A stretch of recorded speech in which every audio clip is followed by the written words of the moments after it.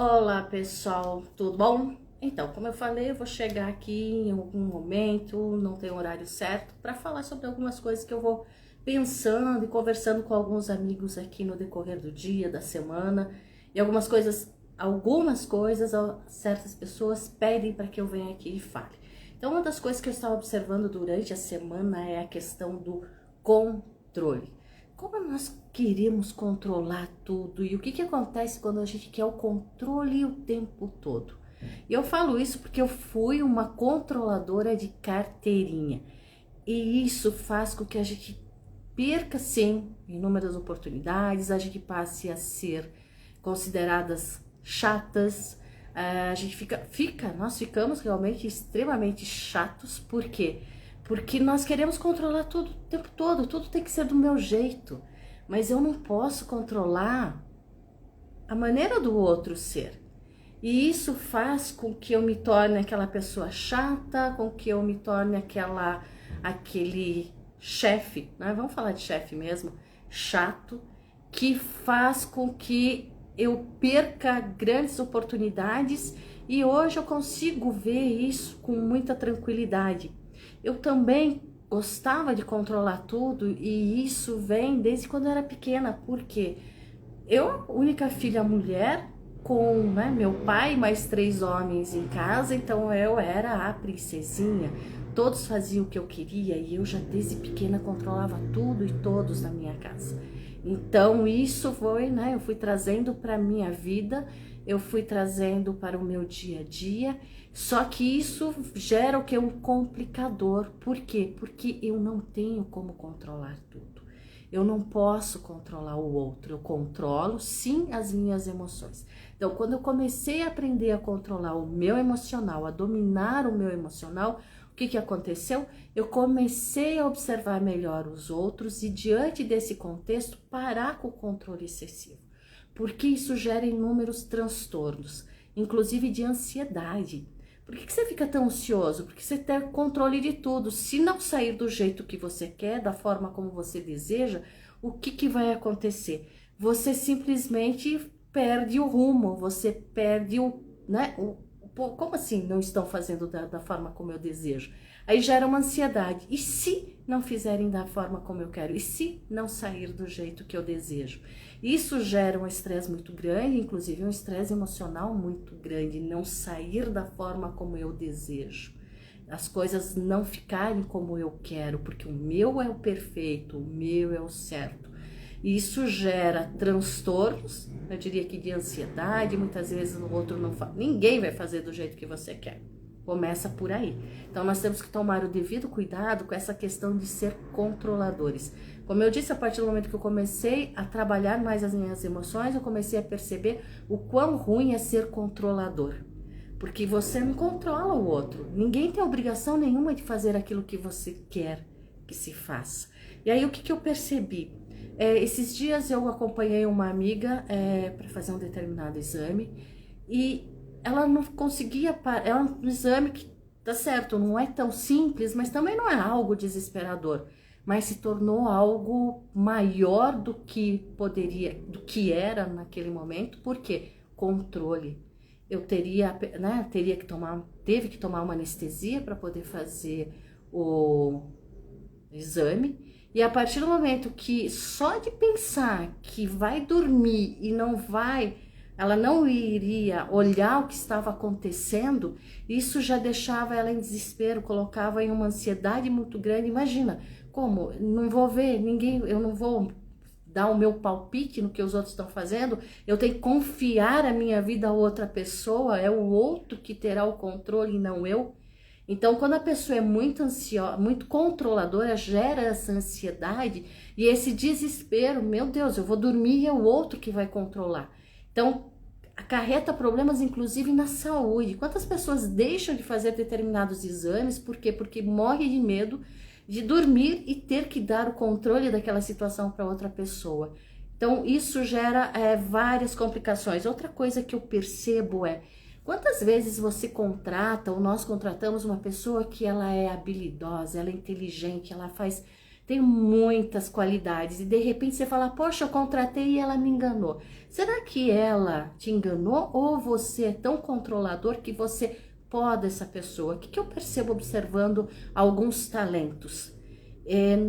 Ultimamente eu venho observando algumas coisas e eu percebo que as pessoas são contratadas, as pessoas são selecionadas porque elas têm um determinado talento. Ela não perdeu aquele talento, não perdeu aquela habilidade, mas eu observo também que a pessoa que a contratou, a pessoa que está trabalhando com ela e que passa as ordens, ela é extremamente controladora. Então, a pessoa tem que fazer tudo de acordo com o que o outro quer, o outro pede. E aí, para você passar na questão dos... A gente tem lá o período de experiência, essa pessoa fica se adaptando àquela pessoa controladora, porque tem que ser do jeito dela, porque o planejamento foi feito desse jeito, e não se dá margem para que o outro possa criar diante daquele contexto, a maneira dela, e poda-se. Então, aí você fala, essa pessoa não presta, ela me enganou. Será que ela não presta e te enganou? Ou você, da forma como você coloca a situação e você quer que aquilo seja feito, começa a engessar. Você vai engessando a pessoa, porque tem que ser da sua forma. Então, eu venho observando muito isso, e eu observei isso também comigo. O quanto eu controlava e queria que tudo fosse do meu jeito. Não dá para ser. Então, quando eu comecei a perceber, trabalhando as minhas emoções e vendo que esse controle, na realidade, é extremamente prejudicial, Sandra, a gente tem que ter um pouco de controle, sim, sobre a sua vida. Você pode controlar a sua vida, você controla as suas emoções. A do outro você não pode controlar e não pode exigir que o outro faça exatamente aquilo que você deseja. O que pode acontecer é, de comum acordo, em conversas, a gente acertar ali e falar, ok, para mim eu entendo que funciona dessa forma. E para você como? Então, diante desse contexto, a gente vai acertando. E nesses acertos a gente começa a trabalhar com algo melhor. Porque o que acontece? Se tem que ser tudo do meu jeito, vai complicar. E às vezes o outro, ele quer te agradar, ele quer aquele emprego, ele quer aquele relacionamento, ele acha que você é uma pessoa legal. E aí você fica o tempo todo, não, tem que ser do meu jeito, porque se não for assim eu não quero. Entra na empresa, tem que ser desse jeito, porque se não for assim não tá legal. E aí começam os conflitos. E aí, nesse contexto, é o outro que não presta, mas a gente tem que parar e perceber, oi, será que não é o meu controle excessivo que está fazendo com que a coisa não aconteça? Hoje eu percebo sim que eu fui muito controladora. Quando eu começo a querer controlar novamente, falo, Sandra, para lá, para tudo, respira, sai de cena e observa isso tudo. Por quê? Porque ninguém vai fazer do jeito que você quer, ninguém tem obrigação de fazer da maneira que você deseja. O que eu posso fazer é conversar e dizer, eu entendo que dessa forma é mais interessante. Como que você entende que isso é o mais correto, a forma mais legal da gente estar fazendo? Seja isso no trabalho, relacionamento, com amigos, em tudo. Então hoje eu faço dessa forma e fica muito mais tranquilo. Por quê? Porque se eu quero que todo mundo faça aquilo da forma como eu desejo, isso gera o quê? Gera um conflito muito grande. Porque o outro não vai dar conta das suas expectativas. Não tem como o outro dar conta das suas expectativas. E se ele começar a dar conta das suas expectativas, ele perde o que ele tem de melhor, que é a essência dele. Nós perdemos a nossa essência quando nós começamos a querer dar conta de suprir a necessidade do outro o tempo todo ou de fazer exatamente como o outro deseja. Aí se perde nesse contexto e começam brigas, confusões e conflitos. Isso faz com que a gente perca inúmeras oportunidades, sim. Eu vejo também, acompanho os treinos do meu sobrinho e eu percebo a maioria que eu vejo os testes que eles fazem, tem talentos ali e eu começo a observar os treinos. E você tem os treinadores que eles querem que aquele menino se adapte ao esquema dele, mas tem que ser exatamente do jeito que ele quer. E aí a cabecinha deles, até pela idade, fica complicado, porque eles não conseguem dar conta daquilo. Eles foram selecionados, eles foram classificados porque eles têm um talento que eles foram desenvolvendo por amar o futebol, por gostar daquilo. E eles, cada um tem uma característica que pode compor e ajudar o time. Só que, a partir do momento que começa a treinar, entra o treinador com uma filosofia extremamente rígida e o outro tem que se adaptar. Ao se adaptar, ele se perde. Quando você vê, ele já não está mais jogando da forma como foi o teste que ele fez. Eu observo muito isso nos meninos quando eu vejo treinando. Então, por quê? Porque chega uma hora que eles já não sabem mais o que fazer. Eles não jogam mais da forma como eles jogavam, porque se ele fizer algo, pode ser punido ou o treinador não vai gostar. E eles também não conseguem se adaptar ao jeito do treinador, então chega uma hora que eles parecem umas baratas tontas, porque eles não fazem do jeito que eles estão acostumados e tem que agradar ao treinador. E eu observo isso dentro das empresas também, então percebo, não é só no futebol. Muitas vezes você fala, por que esse cara ele se deu tão bem ali em determinado time, e por que em outro time ele não vai bem? Qual é a filosofia ali? Como que é esse técnico? Lá o outro tinha a liberdade de criar, então quem é o líder? O líder é essa pessoa que ele vê o talento e ele consegue trabalhar isso. Então ele traz essa pessoa, ele não poda o talento do outro e ele traz para o time, seja ele no futebol, em qualquer área ou dentro da empresa, traz para o time com essas características para que venha somar e a contribuir. E não ir podando, você tem que fazer do jeito que eu quero, se não for assim não está bom. Aí você vai minando e aquela pessoa que tem uma grande possibilidade de crescer, ela vai se fechando, porque ela já não se encontra mais, ela já não está na essência dela, ela não consegue mais fazer do jeito que ela gostaria de fazer, porque ela está se adaptando. E ao se adaptar demais ao método do outro, o que acontece? Ele deixa de ser ele. O que a gente tem que fazer é compor. Esse é o meu método, como que eu vou encaixar esse talento dentro desse meu método? O outro tem que saber, você é o líder, então é você que tem que saber compor isso. É você que tem que saber como trabalhar com essas características, afinal de contas foi você que selecionou essa pessoa para trabalhar contigo. Então obrigar a pessoa a fazer da forma como você deseja, eu sempre falo, é um crime com o outro que foi contratado, seja na área profissional, esporte, em qualquer área. A partir do momento que você vê, quando você se apaixona por alguém, você vê características naquela pessoa que te encantam. E aí, por que depois já a coisa não flui mais? Porque você está querendo moldar aquela pessoa, transformar ela naquilo que você deseja, ou seja, você jogou as suas expectativas naquela pessoa, você idealizou e você quer que aquilo se concretize. Isso não vai acontecer. Cada um, até a pessoa para querer dar certo, no primeiro momento ela faz isso. Só que isso é complicado, que emocionalmente, no inconsciente dela, ela não é aquilo. Então, o que a gente tem que fazer? Trabalhar o melhor de cada um. O que eu faço nas minhas aulas? No início de carreira, eu dizia, não, tem que ser dessa forma, porque eu sou assim, vocês são alunos e tem que obedecer. Hoje eu não faço mais isso, eu já tenho um bom tempo que eu não faço mais isso. Eu vou de carteira em carteira, eu chego antes, eu cumprimento cada aluno, eu conheço cada aluno, e diante disso, o que eu faço? Eu vou conhecendo cada um, porque cada um tem algo a contribuir, cada um tem algo que pode ser interessante para aquele contexto, para aquela disciplina que eu estou ministrando. E eu vou conhecendo cada pessoa, e eles se sentem confortáveis para qualquer assunto vir falar comigo, mesmo que não seja um assunto de aula. Tem várias coisas que acontecem que a gente consegue contribuir com o aluno para que ele se desenvolva melhor.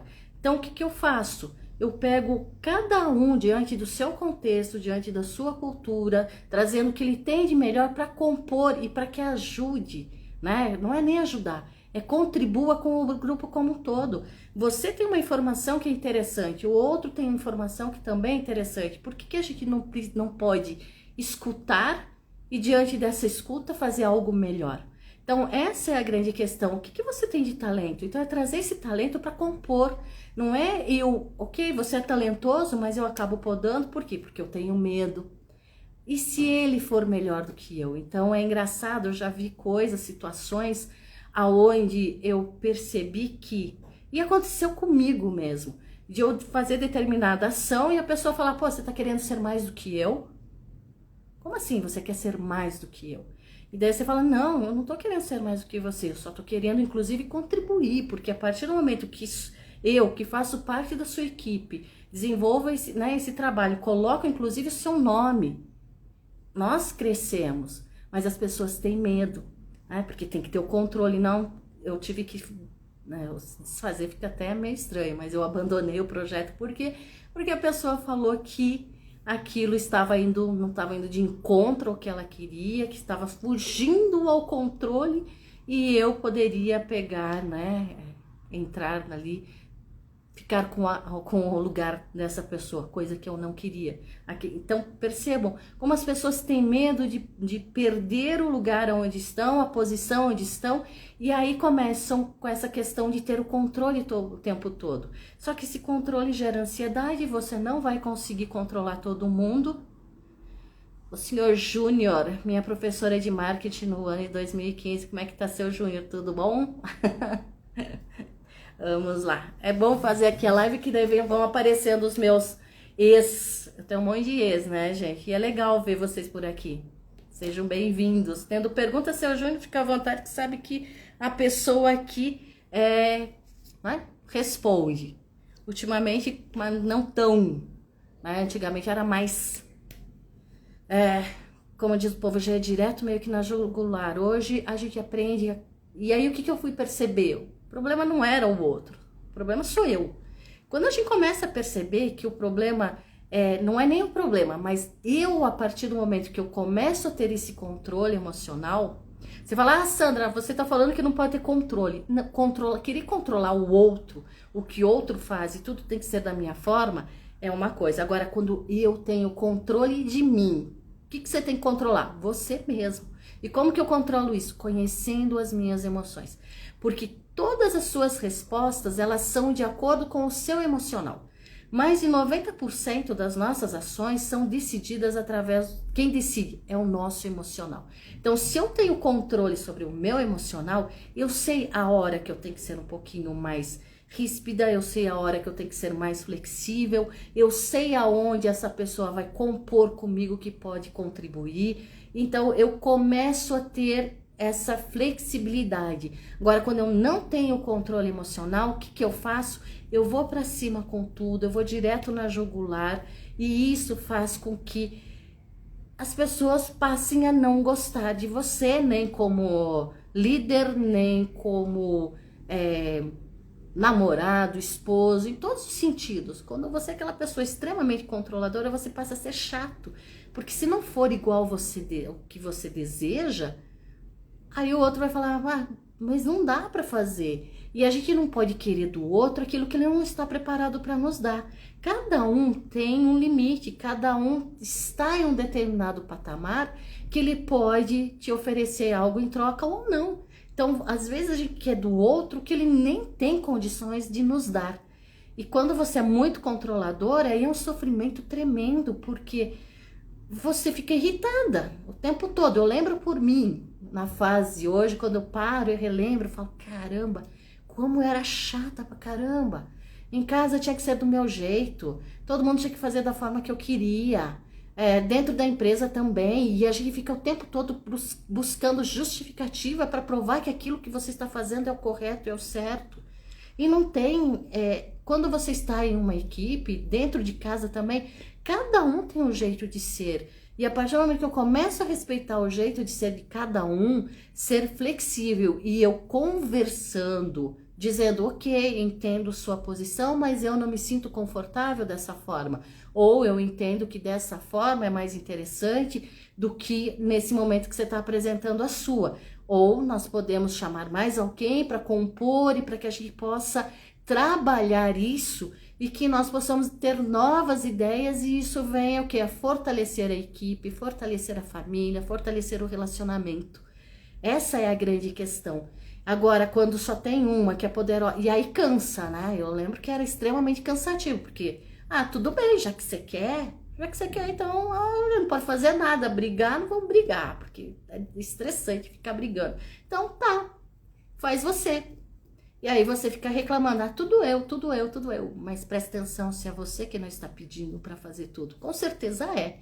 Então as pessoas cansam de dizer para você que, ó, não, a gente pode fazer de outra forma, não é bem assim. Para você pode ser dessa forma, para mim não. Então aí cansa. Então as pessoas deixam. E aí você reclama, poxa, tudo eu que tenho que resolver, eu que tenho que fazer, eu. Eu por quê? Porque você quer ter o controle. Então assim, começa a soltar, começa a liberar. Dói pra caramba, porque, nossa, e se o outro não fizer do jeito que eu acho que é o certo? Gente, não tem só um, tem várias maneiras de se fazer algo e a coisa vai dar certo também. Talvez o que o outro está sugerindo é até melhor do que você acha, né, que está correto. Ah, mas eu fiz pesquisa fundamental. Ok, mas diante disso tudo, vamos compor, vamos pensar em ser contribuição e não concorrência. Essa é uma grande questão que eu sempre falo. A partir do momento que se começar a ensinar as crianças em sala de aula a serem contribuição e não ensinar concorrência, ah, Sandra, mas o mundo é concorrência. Mas a gente pode ser contribuição. Inclusive com a pessoa que faz o mesmo trabalho que eu.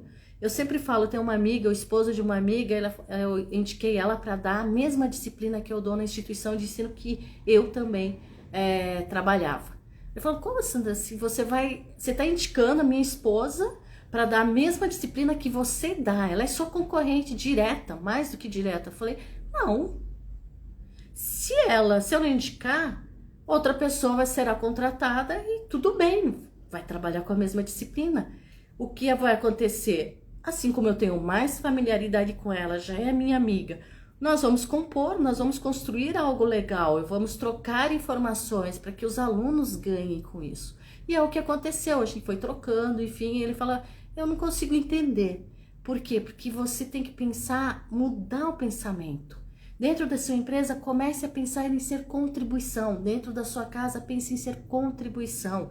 No seu relacionamento, pense em contribuição e construir. E não concorrência. Ah, mas se você fizer isso, eu não vou gostar. Não. Ok, como que a gente pode resolver isso? É conversando. E conversando com uma comunicação não violenta. Não é, nos gritos, que você está fazendo isso. Não.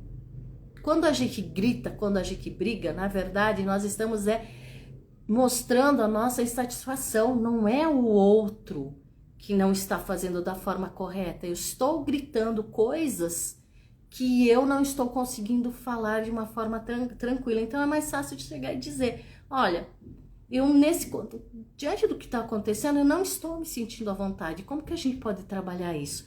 Eu dei um treinamento foi até na Câmara Municipal de Barueri, eu achei muito interessante. Um senhor estava na sala, né? E eu falando dessa questão de contribuição, de falar de uma forma, uma comunicação não violenta. Rosenberg fala muito isso. Até uma dica para quem quer trabalhar comunicação não violenta, Rosenberg, ele trabalha essa questão, né? É um dos psicólogos que trabalhou muito a comunicação não violenta, inclusive ele era chamado para trabalhar, né, em vários conflitos, inclusive internacionais. Eu achei muito legal, ele falou, Sandra, sabe o que eu faço? Né? Ele já tem uma certa idade, desde que eu casei, sabe qual era a forma de como eu conversava com a minha esposa? Ela chegava e falava, olha, eu preciso disso. E ele falava, não, olha, nesse momento não dá. E ela começava, não, porque eu preciso, sempre assim, não, porque eu preciso. Ele simplesmente fazia a pergunta, ok, meu amor, então, por que isso é tão importante para você? Por que é tão necessário isso para você nesse momento? Aí ela parava e pensava, nesse momento não é tão necessário. Então percebe, uma pessoa simples, mas com uma sabedoria que fazia o que? Perguntas. Então, como que eu consigo melhorar isso? Fazendo perguntas. Quando ele fala, ok, tudo bem, então como que eu faço? Né? Então, por que é tão importante para você? Quando você faz essa pergunta, a pessoa fala, por que é importante? Será que nesse momento a gente é necessário a gente comprar esse produto ou comprar esse objeto? Ou a gente pode esperar um pouco mais porque a gente tem outras prioridades? Muda o nível da conversa, muda a forma de falar, o tom de voz, que as coisas melhoram. Porque quando o que eu percebo? As pessoas não sabem mais conversar, é no grito. É tudo no grito, é de uma forma áspera. E quem é controlador, por excelência, ele não vem num tom de voz ameno. Ele vem já com tudo, vai direto e já quer. Por que não fez da forma como eu pedi? Ah, eu entendi. Não, ok. Nós temos esse contexto. Pedir para que o outro dê a sua opinião, para que o outro dê sugestões. É a melhor forma de fazer com que a equipe trabalhe para você. É a melhor forma de fazer com que o seu filho adolescente, ele comece a pensar no que ele está fazendo e ele perceba. Ele tem que perceber. Não adianta nada você ficar gritando, você ficar berrando que ele está fazendo errado, que ele vai se ferrar. Não. Pergunta para ele, ok, você vai fazer isso. O que vai acontecer? Você sabe o que vai resultar disso? Da sua ação nós temos o resultado. Você percebe que essa sua escolha pode, para onde vai te levar essa sua escolha? Essa é a grande questão. A gente tem que fazer com que as pessoas parem e pensem, porque a partir do momento que eu fizer uma pergunta, eu acabo tendo que mais consciência, e com essa consciência eu começo a ter o quê? Decisões melhores. Então, assim, é parar de querer controlar mesmo o outro, é fazer com que o outro perceba através das perguntas e eu mesmo fazendo essas perguntas para mim. O que eu faço hoje em dia? Ok, Sandra, quando ou seja, uma vez controlador, não é que você vai deixar de ser controlador, você vai aprender a controlar isso, por isso do controlar as suas emoções. Eu controlo a minha pessoa. Agora, eu não consigo controlar outras pessoas. O que eu faço? Perguntas, inclusive para mim mesma. Se eu estou em dúvida, ok, Sandra, o que se requer aqui? Como que eu posso melhorar isso? O que é possível fazer nesse contexto? Então, eu vou fazendo perguntas. Eu faço as perguntas e aí, ok, respiro fundo, vou fazer alguma coisa. E quando você menos espera, vem vindo os insights. Ok. Se você tem uma coisa que é extremamente... A gente tá muitas vezes em reunião. Ah, porque eu preciso responder na hora. Não, você não é obrigado a responder nada na hora. Gente, nesse momento eu não estou em condições, não é nem dizer estou em condições. Nesse momento eu não tenho como resolver esse problema, não é responder, não é nem resolver o problema, responder essa questão. Acredito que se requer mais tempo para todos, para pensar um pouco mais. Façamos as perguntas e voltamos num outro momento. Ah, mas precisa resolver agora. Gente, resolver de imediato. Se ninguém está preparado para aquilo, a coisa não vai dar boa. Como dizem o povo por aqui, vai dar ruim, não é isso? Então, essa questão do controle, eu fiz uma colinha aqui, para eu não perder tudo que eu tenho que falar aqui agora para você. Tá bom? Então, alguém tem alguma pergunta? O pessoal tá aqui, sejam bem-vindos. Tô vendo que o Danilo tá aqui. Tem algumas pessoas que eu conheço, alguns foram os meus alunos. A Ana Busco, saudades de você, Ana. Faz tempo. Tem uma pessoa que eu admiro, é a mãe da Ana Busco, Dona Maria, amiga da minha mãe também. Então, assim, são duas senhoras muito sábias que aprendi muito. Então, ainda bem que a gente tem essas pessoas maravilhosas e hoje eu trago muito para muitas das minhas decisões, tudo que eu aprendi sim com essas mulheres, que são mulheres fortes e que elas são muito sábias, então eu aprendi muito com elas e eu trago muito disso. Um abraço aqui para Dona Maria Busco, tá bom? Então assim, se ninguém tiver nenhuma pergunta, então preste atenção. O controle, ele só vai ser útil se você tiver o controle sobre si mesmo, controlando as suas emoções. Que aí você vai saber quando ser um pouquinho mais ríspido, quando você tem que ser mais flexível, porque cada um tem um jeito de ser e acho que vai aprendendo. A partir do momento que eu tenho o meu controle, eu sei o que é meu, o que é do outro, e eu paro de entrar em embates desnecessários e em brigas desnecessárias. Então, o que eu tenho que fazer? Ter o meu controle. Querer controlar o outro? Desculpa, não dá não. Não vai conseguir não. Ninguém consegue controlar o outro. O que a gente pode é sugerir, fazer sugestões. Aí sim a gente começa a trabalhar com uma questão mais de contribuição, uma comunicação mais harmoniosa, uma comunicação sem violência. Aí sim nós conseguimos trabalhar melhor toda essa questão. Agora, querer controlar, esquece. Aí você entra numa ansiedade, entra no estresse, perde oportunidades, deixa de ser um líder competente, porque você para de podar o outro e você traz o talento do outro para trabalhar consigo. Aí sim você será um grande líder, tá bom? Gratidão para quem ficou comigo até agora. E amanhã eu estou pensando em vir aqui e falar sobre essa questão da mente, né? A mente fixa e uma mente que está em construção. O que gera essa questão também, né? Essa coisa do controle o tempo todo, mas isso jogado para o nosso mental. O que a neurociência fala hoje em dia? Como que nós podemos trabalhar isso e melhorar isso? Antes que eu esqueça, no dia 15 eu darei uma aula sobre o mapa do sucesso. Como a gente sair desse controle, como a gente entrar para 2023 fazendo planos e que esses planos venham a dar certo, porque nós ficamos muito no controle, ficamos ali controlando tudo e todos esquecemos de caminhar. Essa é a grande questão. Quem está muito no controle esquece de caminhar, esquece de viver a própria vida, esquece inclusive da sua essência. E a gente está aqui para quê? Para viver um propósito. E o nosso propósito é evoluir quanto ser humano.